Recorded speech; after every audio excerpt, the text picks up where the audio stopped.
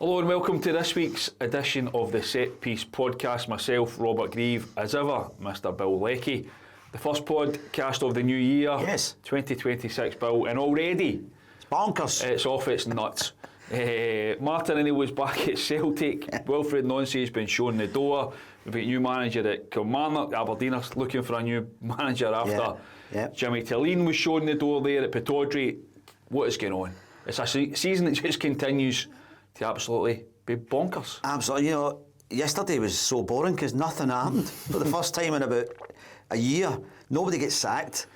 Nobody was protesting outside a stadium. You know, Rangers had a routine. One of these routine Rangers wins that kind of creeps them back into where they're. You know, that's one of the biggest stories now of the season. Yeah. The fact that they have suddenly become possibly favourites for the title. They're certainly title contenders, there's no doubt about that. Yeah. Let's talk about Celtic first of all. Yes, absolutely. Wilfried Nancy, he wasn't in the job very long. In fact, probably too long. 33 days, and yet we're talking it's probably too long. What did you make of that whole? What did you make of him first of all, and how it shaped out for him? I thought his arrogance levels were off the scale. He came in and tried to reinvent football when there was nothing to reinvent with Celtic. Martin O'Neill had fixed them, and he broke them again. And we said on here before he arrived, it was too big a jump to come from, no matter how good a coach you were, no matter how innovative you were, to come from Columbus Crew to Celtic was another example of, and I was surprised at Celtic doing this because Rangers had done it, and I didn't think Celtic would do it, where you bring in somebody who you're probably thinking, this will be easy for him. But it was from almost the first 20 minutes of his first game.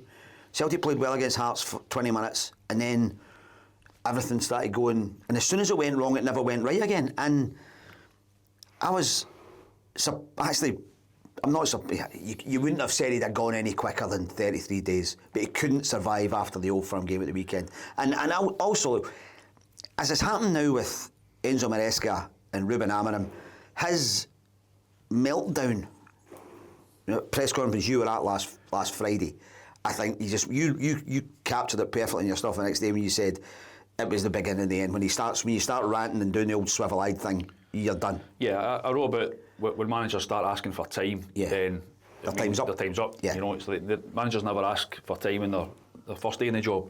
It's kind of approaching their last day in the job when they're talking about that. And I don't know if it was a rant.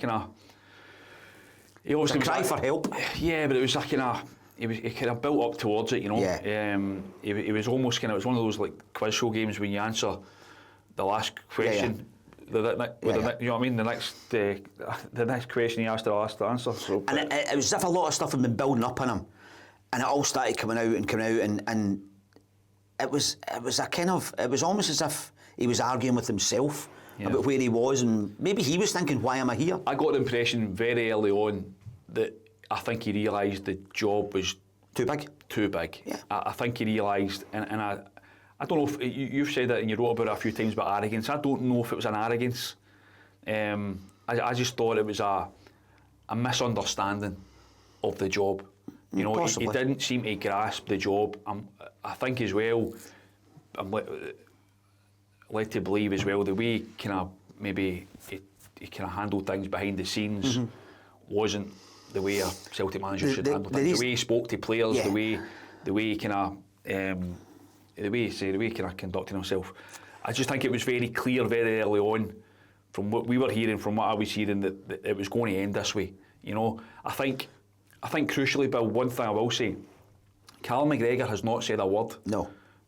And Callum's always on it fronts up when they Callum lose. McGregor didn't speak at any point during Wilfried Nancy's tenure. That said so much. Yeah. Before an Old Firm game, the Celtic captain is usually the guy, in fact, almost always the guy who comes out and speaks. And certainly after a defeat, he's a guy that comes out and he speaks. Now, obviously, there's a situation there. Derek McGregor broke a great story a couple of weeks ago that Brendan Rodgers is looking at Callum McGregor potentially go to Saudi Arabia.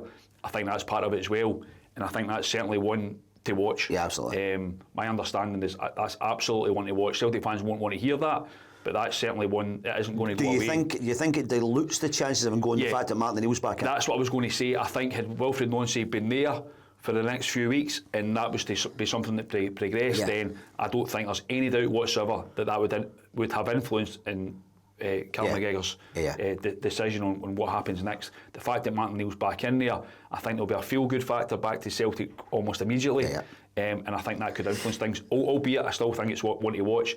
But Callum never said a word. Not a word. Throughout his whole time here, and for me that spoke volumes. The quote after the game on Saturday that I thought absolutely destroyed Wilfried Nancy, and I don't know if he meant, I think he's just a passionate wee guy. Luke McCowan was interviewed, and he was talking about, oh man, how bad does it get, and I sit in the house and I'm staring at a blank screen. He then came out with this line. He was asked, are you behind the manager? And he said, we have to be, he's the manager. And I just thought, wow, there's a player that's saying, what else am I meant to do? I'm not going to come out and slaughter the guy, but in between those words, Luke McCowan was saying he's not for us. Yeah, I agree with that, but at the same time, I actually had a huge amount of sympathy for Luke McCowan. Absolutely, in that situation, because what is he meant to say? Yeah. You know, if the players behind the scenes are unconvinced by the manager, what is he meant? He can't come out and say this guy's a dud. No, that's what I'm saying. But I'm saying the way he said it, I thought was perfect. Yeah. And it was what he didn't say. Yeah. It's the space between the words where you listen to it and you go, oh my God, there's because you know he actually said as well, it's never been as bad as this. Aye. That was a quote jumped out of me. It's just never been as bad as this ever. Well, it has, but there you go. But not for a manager getting into the job first thing. You know, no, it's like I know. Wilfried Nancy will go down as probably worst ever rated Celtic manager. It's incredible. It was the reason I talk about his arrogance is the fact that he came in and tried to reinvent the way they play completely overnight. And I just thought it was naivety. I don't think that was arrogance. I think that was naivety. I think that's and the reason I think it's arrogance is I go back to what Martin O'Neill said when he was asked about, have you met Wilfried Nancy before you left? He said, yeah. Dermot Desmond asked me to stay on and talk to him. He said I had 15 minutes and I went, that's fine. You obviously have an idea. And to me, that was him saying, I'm going to come in, I'm going to play this system, this is how it's going to work. Don't you worry about me. And Martin's going, all right, pal, on you pop. Yeah, and there were moments in games where Celtic looked good. I mean, so they should. They've got the best squad in the country. Yeah, but against Rangers last week in the Old Firm game, Celtic were good first half. If Celtic had a centre forward, they'd probably be 3-0 up at half time. But as soon as something went wrong in any game under Nancy, they just collapsed. And that's a sign that's not a sign of bad players, that's a sign of an unhappy, dysfunctional camp. I definitely think, as I say, because things went against them. I don't think there's any doubt about that. I think it was a perfect storm in so many ways, that so many things went against them. Again, they had moments in games where they played well. Again, the Old Firm game. What went against them? Well, in terms of the recruitment at Celtic has been diabolical. It wasn't Wilfried Nancy's fault that he didn't have a centre forward. Look at last week, Celtic have known for months upon months that they need a centre forward, they need a striker, right? Why they'd a right back lined up to sign for the club before the Rangers game. A right back. Why did they not have a centre forward lined up? They've known for months. Absolutely. They've known for months. Absolutely, since losing Kyogo, Adam Ida's left the building. They've had other injuries, and they've got Johnny Kenny. Arguably the biggest game of the season. They've known for how long that they needed a striker. Having said that, they didn't go and get a striker. They signed a right back. Martin O'Neill had exactly the same players and got a cheer out of them. 100%. Because Martin O'Neill organised them and said to them, this is what we're doing, boys. This is how you know how to play. Go and win games. Yeah, but essentially, however your system is, however you line them up, Celtic still don't have a centre forward right now who should be playing for the team. That's no disrespect to Johnny Kenny. No, he is. But I think he's potentially got a big future ahead of him. Johnny Kenny did a lot of good things on Saturday against Rangers. His hold-up play was good, his movement's good, he's running in behind good. He's just under pressure at that level, not a good finisher. Yeah, but I think it was a dereliction of duty of the Celtic board. Absolutely. Not to have a striker ready to come in the 1st of January. Yep. You know, as soon as that transfer... But Martin O'Neill dealt with that. But as I say, they had a right back. Martin O'Neill dealt with that and got them to win games despite what they didn't have. I'm not absolving Wilfried Nancy of any blame. I'm just saying I think he was let down by that situation. The squad wasn't down to him. He's come in at the worst possible time. As I said, we spoke about this last week. He came in ahead of the Hearts game, which was at that point the biggest game of the season. They then played Roma, a tough game, whoever was the manager. And then the cup final. So again, we spoke about it before those games thinking, this doesn't start well for Wilfried Nancy. He's under real pressure. However, within a week. The fact is, Robert, that Wilfried Nancy came in and played notional football, whereas Martin O'Neill played practical football. Yeah.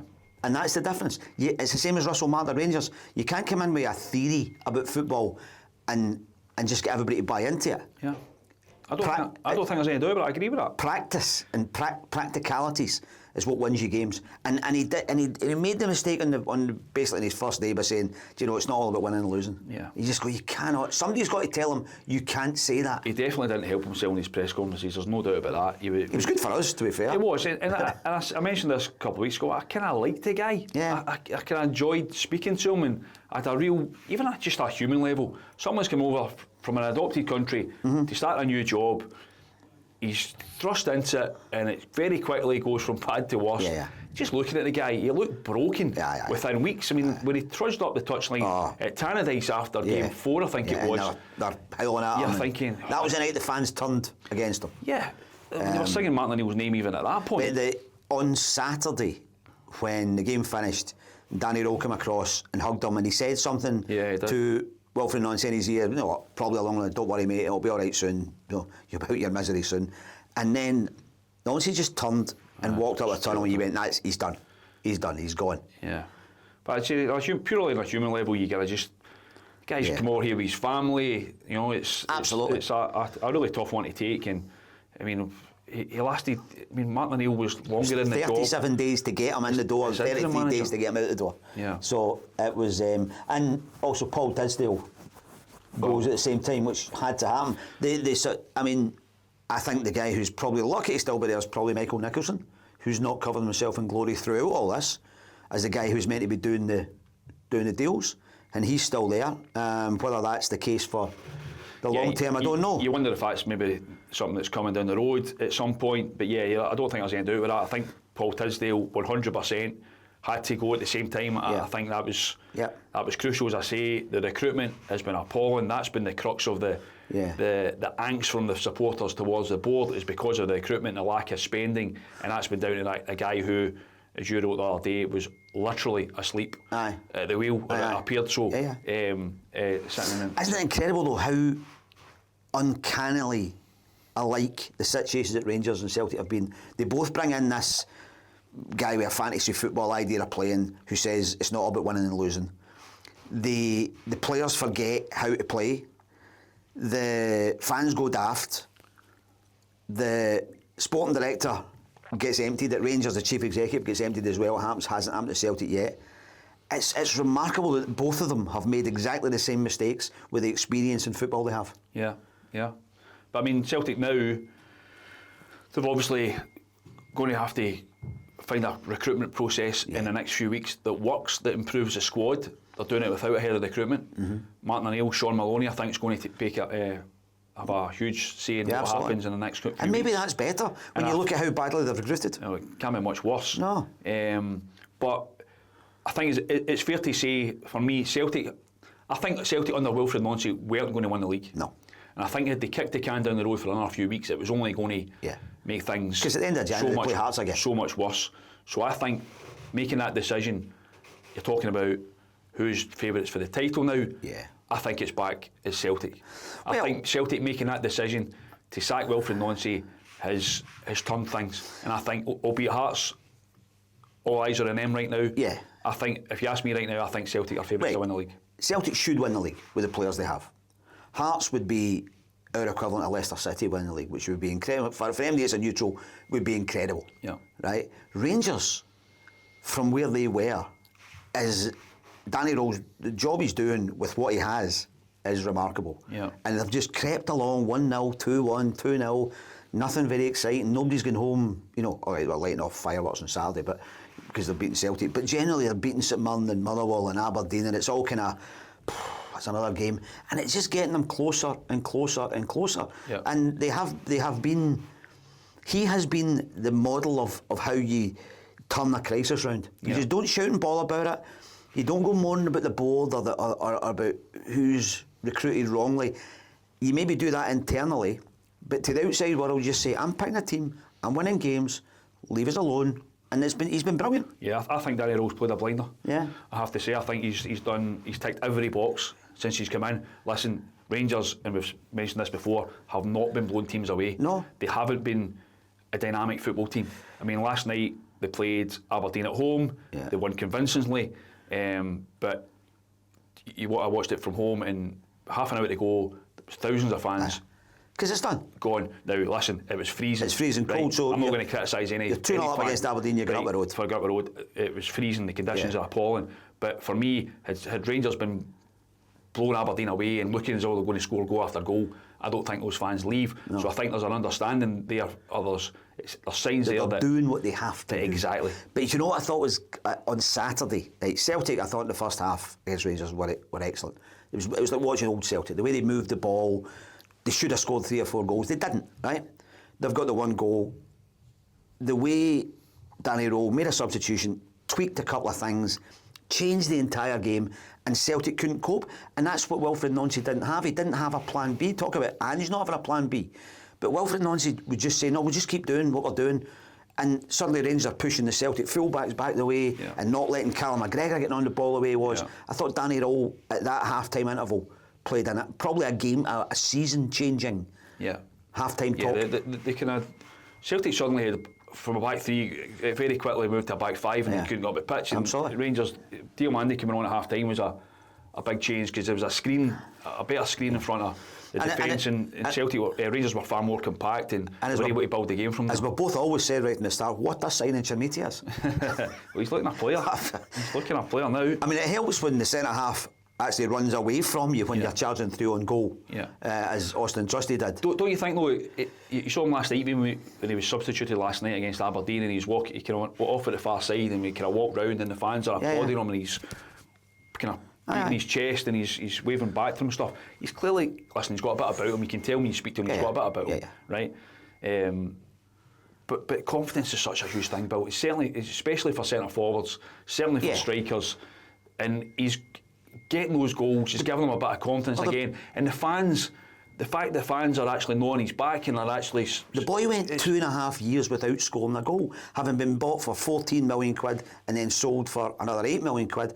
He's gone 2.5 years without a goal. He's become a kind of laughing stock, a meme, you know. Yeah. And then suddenly he pops his first one in, he gets a wee scrambled one, and then he's get the equaliser, and then he's put them 2-1 up, and suddenly people are saying, actually, this boy's... He's not the worst. His equaliser against Celtic was actually, it was kind of a better finish than it looked initially. Yeah. He almost kind of puts in with his heel in the kind of roof of the net. It was a really good finish, and his second one, as you say, Austin Trusty. Oh my goodness me! What are you thinking? He just runs away for the ball almost, and the third goal. Kasper Schmeichel, honestly. Do you know? No, let's not go there. No, let's not go there. It was savable. Yeah. Yeah, he didn't cover himself in any glory, I don't think, with that one whatsoever. But anyway, listen, look, you're right about Rangers. Are you got them as favourites right now then for the time? No, I'm not. I still think, right, yeah, I've said... You're bumbling a bit there. Wait. No, not at all. I've backed Hearts all the way. I've said a few weeks ago, after they beat Rangers, I said it was Hearts' league to lose. I think in the next 2 games they play against Rangers and Celtic, if Hearts don't lose, I think they remain favourites. Right. But they have to get at least a point off Rangers and off Celtic, right? I think Hearts have bought a right good boy in Jordi Altona, the right back from Holland, who looked to me on Saturday. I saw him on Saturday, I thought he was outstanding. I think if they can get themselves a midfielder that can score goals, I think they'll have pretty much the full package, or as good a package as they're going to have. They've had better recruitment in Rangers and Celtic, they're better run than Rangers and Celtic. They've put themselves in a great position. And for me, right now, I would say they're good enough to stay where they are. I don't think there's any doubt about that. I don't think there's any doubt they're good enough to do it. I don't think the bookies will make them favourites. No, it's purely because they've not been there and done it. You know, it's the Celtic bookies will probably look at Celtic probably as favourites because Martin Neil's back. Crossing distance before and because Martin Neil's back. And to be honest with you, that's probably why I would make them favourites. You know, I think they've got a manager now who knows exactly what he's doing. And by the way, don't underestimate Sean Maloney. Absolutely not. Mark Fotheringham. Yeah. Don't underestimate it. They're part of the package there. By the way, they'll be doing a whole lot of work. The donkey work. Yeah. That's Martin O'Neill himself says he's not got the energy anymore Martin to O'Neill's a front man 24/7. Martin O'Neill's a front man, but these guys are crucial. And I think he says it himself. Martin O'Neill says it himself, but these guys are crucial to what happens there. And that's what, for me, makes them favourites. I think when those players get their mojo back, which I think they will do, they've got guys in who, are, as I say, have been over the course and distance before and know how to win. Hearts don't have that, but at the same time, they've not had that all season, and they're winning, they're winning. And as you touched on there with Rangers, they've not been spectacular by any stretch of the imagination, but they're winning. Yeah. You know, it's extraordinary to think. It's extraordinary to think if Rangers ended up winning this title. Oh my goodness, from where they were. But just consistently being, if they're consistent between now and the end of the season of how they're playing now, not been playing fantastic football but winning, they end up being champions. Yeah, it'd be incredible. You know, and especially as you say from where they've come from. From the mess, because they ended last season as a mess. They thought they were going to get a big lift off the Americans, and it got even worse. You know, they've lost a European game 6-0 this season. They've been all over the place. And Danny Rose just gradually done exactly what Wilfried Nancy should have been looking to do, because it's what Martin O'Neill did. He's played a blinder. He's been terrific. And you've now got 3 very pragmatic managers at the top. So Derek McInnes, who's got a system and a way of playing. He doesn't get too excited. He doesn't get up and down. You've got Danny Rowe, who's exactly the same. You get Martin O'Neill, who's exactly the same. These 3 guys are now in. Who's going to blink first in the poker game? That's the thing. We're asking about who's the favourites to win the league at this moment in time. You could put up an argument for all any 3 of them. teams. Absolutely. You really could put up a huge argument for Rangers right now. Yeah. You really could, and the same for Hearts, and the same for Celtic, for different reasons. And there's going to be a wee mini league because they've all got each other. By the way, to come Motherwell are not far away. But they've been far. Motherwell are not far away from. You can imagine behind the scenes there. Yeah. No one has mentioned them about winning the title, and they probably won't win the title. They'll be delighted with that. But I'll tell you what, they're only right now, points behind. Right now, you'd say, talking about the 3 managers at the top, Jens Bertolascu for me is manager of the season at the moment. The football he plays with them, I think the best managers are the ones who can improve players. And when you see the improvement in some of those boys, Elliot Watt, Paul McGinn, Mashwashini, who last season was a bit of a kind of loose cannon, suddenly is electric. I think the guy he's going to get picked off. Motherwell fans know he's going to be picked off very soon, and he'll go somewhere. I wouldn't be surprised if Aberdeen were having a wee word. Yeah. But I think they would do well to get him, to be honest with you. Absolutely. I think the guy is, and he's a lovely guy. Again, doesn't get up nor down, So the top 4 now is really good. It's interesting you say manager of the year, Derek McInnes. If he wins the league, if he wins the league, he's manager of the decade, isn't he? It's not a debate. But you're right, what a job he's done. And I say Motherwell just creeping along. Yeah. They're going to be there or thereabouts if they continue as they're going. It's going to be fascinating. Between now and the end of the season, the first week in January here, the amount of stories that have come out of the season have been unbelievable. Remarkable. Let's just touch a wee bit back on Martin O'Neill though, because he's back in there. Yep. 73 years of age. He joked the other day he's 112 his next birthday. Were you surprised by that? Just the fact that, or is that just the easy decision? I think it might be an easy decision. I think it's the right decision. Yeah. I think, if Celtic went into another recruitment process where the fans don't trust the people who are making the decisions, then you've got issues. Martin O'Neill comes in, and apart from anything else, he takes all the flack away from the board. I'm not saying they won't still be singing side of the board, but Martin O'Neill becomes this front guy who says, don't worry about anything. Let's just talk about me being an old man and blah blah blah, and I'm a supply teacher, and it takes so much flack off. Well, it's really now just Michael Nicholson who's pretty much left. So I think he's absolutely the right choice, and I think Sean Maloney's an excellent coach. From what I hear, Mark Fotheringham really good on the training ground. Yeah. I don't see a downside. Yeah, no, in the appointment, and we've said this before on who have touched on this. He's a different Martin O'Neill from 25 years ago. He's much more self-effacing. He's just a different guy. He's relaxed, less confrontational, and I think he realises that this is a bonus. Yeah, this is my wee Indian summer back in football that I never saw coming. I could go back and do media stuff, but I quite like this. Yeah, it's interesting though, isn't it? Because when he came in as caretaker manager and he did such a fantastic job, it made it really hard for Celtic to go and appoint their next manager. Yep. And that was part of the problem, I think, for Wilfried Nancy. The same thing could happen again. if Martin O'Neill and Sean Maloney and Mark Fotheringham have such a fantastic season, they win the Scottish Cup and the league, you know, there'll be Celtic fans singing for them to stay. I think. And yet, sorry, Bill, between now and then, Celtic have to be looking for their next manager. You know, so the same thing could happen again. Celtic could, between now and May, look to appoint their next manager, have talks or discussions, decide on who it is, and then they have to then say cheerio to a management team who have been successful. I think if Celtic come back and win the league, Martin O'Neill will gracefully step aside and Sean Maloney and Mark Fotheringham. It's got to be a possibility, that, isn't it? And if Martin O'Neill can spend the next 6 months mentoring them as well as being the face of the team and the club, and they do come back and they win 1-2 trophies if they have a decent run in the Europa League, there's no doubt Sean Maloney and Mark Fotheringham become, you know, A1 candidates for the job. Yeah, but what I'm saying is Celtic between now have to make a decision. Have to be looking at the market. Have to be having talks with various people behind the scenes. But who's going to be having those talks? Because there's nobody there. Well, you've got a chief executive who has to be making those talks, whether he's there for the foreseeable or not. But as a football club, they have to be having Dermot Desmond. As a football club, they have to be having those discussions and those thoughts. But they can't just wait to see if the Celtic, if they win the league, and then say, right, we're going to stick with Sean Maloney, or we're going to start looking for a new manager. And that's my point. But they wouldn't have Martin O'Neill if he didn't have a relationship with Dermot Desmond. So how many? I mean.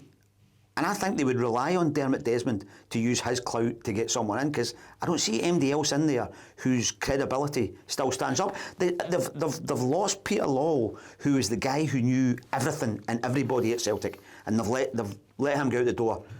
And then Tisdale's away, and the fans still don't want Nicholson there. So who's running the show? Yeah. Martin O'Neill's going to be running the show. Yeah. I actually also don't think it would have come to this. Peter Lawwell gets a lot of stick. Celtic fans obviously don't want to give him any credit whatsoever, despite the success that they had during his time at the football club. I think he would have made a decision on Wilfried Nancy long before this week. Peter Lawwell would have made a wee phone call to Callum McGregor and said, "One, me and you'll have a cup of tea. What's your thoughts, pal? Between you and me, what's going on?" And they would have got the lie. I don't think anybody else in that club right now would have that connection. I think Peter Lawwell knew he had people all around the club who had told him everything. In the same way as like an Alec Ferguson would have had at Manchester United. You get that relationship when you've been in that long, and you know, as the phrase goes, you know where all the bodies are buried, right? And that's Peter Lawwell. And I don't think other people in that boardroom have anything like that kind of relationship within the club. Yeah. And they'll regret losing Peter Lawwell. But it's certainly going to be an interesting few months for Celtic, because I say if this becomes successful, they're there in the same situation they were when they were looking to appoint Wilfried Nancy. It's exactly the same situation, you know. And I do agree with you. I think Sean Maloney and Mark Fotheringham would, if Martin O'Neill doesn't want to stay, would give these guys the job. But I also think it suits certainly Sean Maloney, who's been a manager before. It suits him and it works well for him to have someone like Martin O'Neill front and centre. I'm also pretty sure Sean does what he does behind the scenes. I think that suits him. I'm pretty sure Martin O'Neill, if he wanted to, could have had 18 months out of Celtic. Yeah. But I actually wondered if that was going to happen. But I think he's quite wisely said, listen, by the end of the season I'm going to be 113.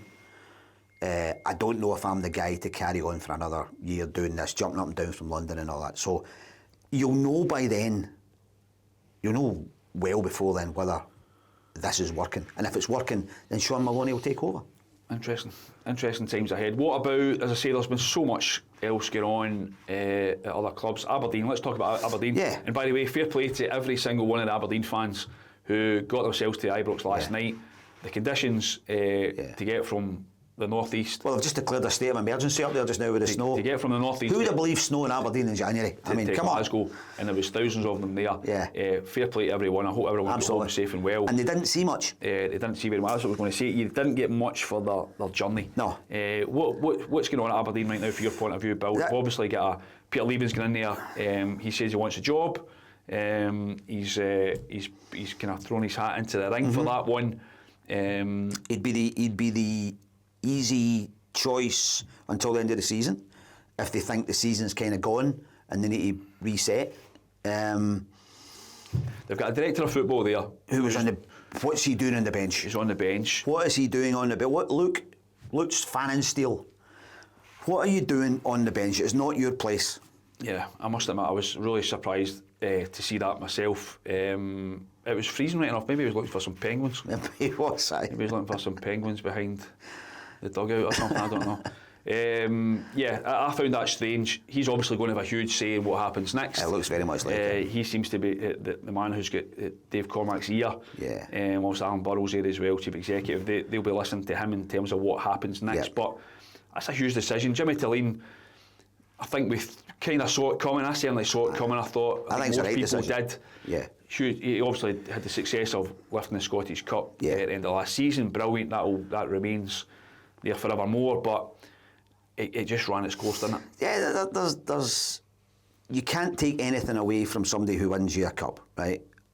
However, You're about to take something away from him. well, in as much as they got back into that game, it's a terrible game of football. He played, he went very defensive to try and kill the game. The cup final? Yeah. We can't dissect the cup final. No, They won it. no, but what I'm saying is, there's wee sliding those moments, right? And people all last season went, is he a good man? That first 2 months he was brilliant, then he was terrible, then he was quite good. In the cup final, had Schmeichel not dropped that ball in. You're being unfair. But, no, I'm not. No, what I'm saying is, had Kasper Schmeichel not dropped that ball in and Aberdeen had won the cup, I think people's viewpoint on Jimmy Tilleen going through the summer and a new season would have been totally different. Now the fact is, you can't take away the fact that they won the cup, and it will forever have him in legendary status in Aberdeen. But when the new season started, they didn't get a lift from it. No. And by the way, Dave Cormack, who I've been critical of in the past, you can't criticise the way he is. The three windows that they've had, and I think he probably just looked and says, I can't give this guy money again for a fourth window when the team has no personality, the team has no visible way of playing. Yeah. Aberdeen either turn up and play or they don't, and more often than not they don't. He said, I was counting up the other day, in his last 62 games, going back to the first league defeat he had was at Paisley last season in November, and since then 62 games, he's won 16. Yeah. And okay, one of them's a cup final, but that's not good enough. Yeah. I think as well, clubs like Aberdeen will be looking at clubs like Motherwell. Yeah. You know, and thinking, wait a minute, their budget will be nowhere near Absolutely. what the Aberdeen budget is. They've brought in a manager with big ideas, Yeah. a real personality. Yeah. Well, his team's got a real big personality, and they're showing it week after week after week. Absolutely. I think that kills someone like Jimmy Tilleen. Absolutely. You know, I think if Aberdeen, as you say, there's been real investment there from Dave Cormack, whatever you think of him, whatever you think of They've turned over a lot of players. Yeah, he's backed managers, and I think when someone like Dave Cormack, Alan Burrows, guys running Aberdeen look at Motherwell, and think, wait a minute, they're probably paying half of what we're paying players, and they're getting a real tune out of them. You know, I think that kills Jimmy Tilleen. And I say I was not surprised in the slightest that the decision was made. No, not at all. It's a big decision about what happens next. As you're saying, did they go to Motherwell, try and get him, or does? I don't think they go to St Mirren. I wouldn't do that. I don't rate the guy Stephen Robinson. Stephen Robinson's hopeless. Aberdeen, they don't want to take him. Well, but the thing is as well, I mean, we're talking about it, but St Mirren's results lately haven't been great, and it's probably at the worst point. If Stephen Robinson, as we've mentioned here before, and we hate to say it from a St Mirren perspective, but Stephen Robinson is due a bigger job. Of course he is. And Aberdeen would be a bigger job. St Mirren would be delighted for him if he got another job. That's always been the plan. And all joking apart, I think it would be a good fit for Aberdeen. Stephen Robinson, I really do. But there'll be say the run that St Mirren are on right now probably doesn't help his case. No. Albeit the bigger picture is he's done an incredible job at St Mirren. I would like to see Stephen Robinson get a job in the English Championship or somewhere and really take himself onto another level. Aberdeen's another level, let's be honest about it. Aberdeen was another level at one point. I don't think right now. I mean, Aberdeen in terms of crowds, fantastic. You know, you're getting 16,000, 17,000. Budget, training ground is a different level to St Mirren.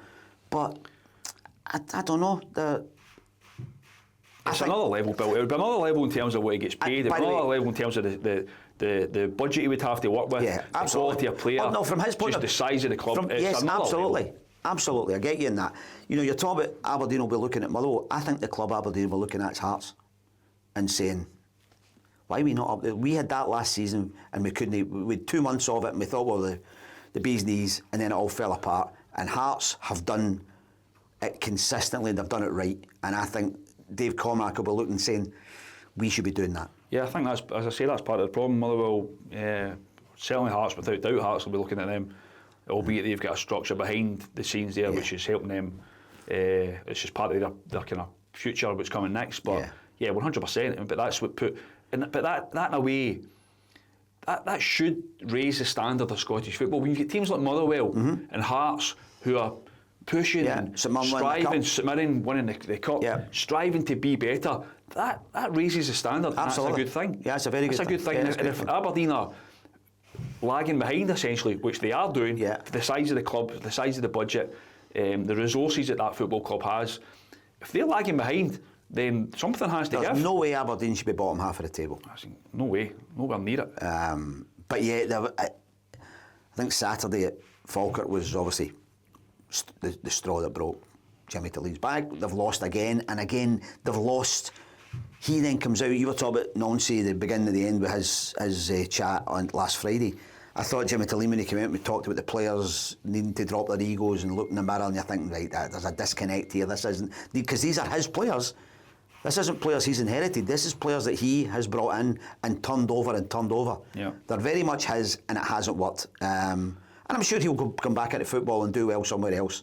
But I think it is time for Aberdeen to move on. Yeah, it'll certainly be interesting to see what happens next at Aberdeen. I say their director of football seems to have, he seems to be busy. I think he might be a snow plough. He's that busy. Do you know, one thing I'd say is you don't bring in a new director of football, sporting director, whatever it is, and then appoint a coach as the manager. I think his job will be to go and, even for his own self-esteem, to go and find a new manager. Yeah. What about Kilmarnock? Let's touch on them, because I have to tell you, I was delighted to see Neil McCann, Billy Dodge get back in the game. I'm a huge fan of both of them. Great guys, and also good coaches. Great appointment. Neil McCann is a really good appointment. Social media, I know it's not a gauge for these things a lot of the time, but a lot of people weren't quite giving it maybe the positive response that I thought there would be. As I say, I think Neil McCann's got so much to offer the game. I think he's tactically very astute. I think he gets his teams to play good football. I think he's learning a lot. I think the spell he had at Rangers last season really helped, because he was at a very high level. You could see, I know we kind of disagree in this, I saw him as being the guy who kind of made it work. No, I didn't. I just thought it was a team effort thing, to be honest. I think he's the... I thought he felt to me like the brains of the operation. And I was actually disappointed for him. I thought Kilmarnock was perfect for him in the summer. They decided not to do it. Maybe it's because the Rangers thing dragged on a bit and they didn't know what was happening. But he's now in there. And I think he'll do a really good job. I think, again, they've got a decent squad. They've got a good enough squad not to be in relegation trouble. And it's got to, we talk at the top of the table, Robert, but do you know what? The bottom half, I mean, we are not anywhere near out of, we're in trouble just now. Livingston are in trouble, but a couple of wins and they could be moving up the table. Killie just need a couple of wins. Dundee have suddenly won 3 in a row. So it's overall, for the first time in many, many years, this is a brilliant league. Yeah, absolutely. I think St Mirren should have enough about them, albeit there's some injury problems there at the minute. He needs to get players in. They have to get players in. I know they're looking at 1 or 2 or 3 or 4 maybe to come in soon. I think that has to happen. Again, I'm interested to see if anything happens with the manager. For me, Livingston are gone. I don't think so. I think Livingston are gone. I think they would still be favourites to go down. I don't think they're gone at all. I saw them in... What makes you say that? I saw them at Tynecastle. They're big, they're strong. They could easily have taken a point off Hearts. They missed a couple of chances. I think it was probably quite a good thing for St Mirren that the game on Tuesday night was called off, because had Livingston got a result against St Mirren, it would really have, cat pigeons, etc. I don't think some people have said they're a championship team, they're not good enough. I don't think they're that far off. They could have done without Dundee winning 3 games in a row. They could have done without Neil McCann coming at Kilmarnock, but they're not done yet. Yeah, but the point is, if they are playing relatively well in games and still not winning or still not picking up points, then where do they go? I tell you what, I was actually really pleased that David Martindale got a bit of support, and the owner came out and said that, listen, there's not going to be any knee-jerk reactions. When he came in, he doesn't want to be seen as an owner who hires and fires, and David Martindale has got that support, and for me, rightly so. The job he's done, like, he should be under no pressure. I just watched him after their game last weekend. He looked kind of so dejected about how things were going. You know, and I think, and he kind of said about how we've played well in various games, and that was the first time he'd really said we were second best to everything against Dundee United. And you know, I just got the impression for him that it's going to take so much of a lift to get them going. I'm looking at some signings. Scott Arfield, which will potentially help them. I think that has to happen. I think they will bring in signings, but I don't know. By the way, I hope I'm wrong. I hope they make a fist of it, and I hope whether they stay up or not, but they don't get detached. Well, they're not. I mean, there's that's what I'm saying. It's 4 tight. points. It's tight, but at the minute, for me, they look as though they will be the team that finishes bottom. I think that's a good shout, but I don't think they're gone. We'll see. We shall see. We'll see. We'll see. It's so tight down there. It's going to be fascinating. I am fascinated by the whole league. Usually by this time I'm getting a bit bored with the Premiership, but Can I say you're getting bored with it? Sometimes I do. You get bored? I do get bored with the Premiership because you can see what's coming. You can see results coming. You can be 65 minutes into a game and say this game's done. You're not seeing it this season. You're seeing teams surprising you all the time, and I love it. And the more that happens, the better. Yeah. Well, hopefully people are not bored at listening to us. That's about us for this week. I think, as always, please like and subscribe to the podcast. There'll be something down below there that enables you to do that. Thanks for joining us. Let us know in the comment section as well below what you think about Bill's comments, about my comments. Nail them if you like.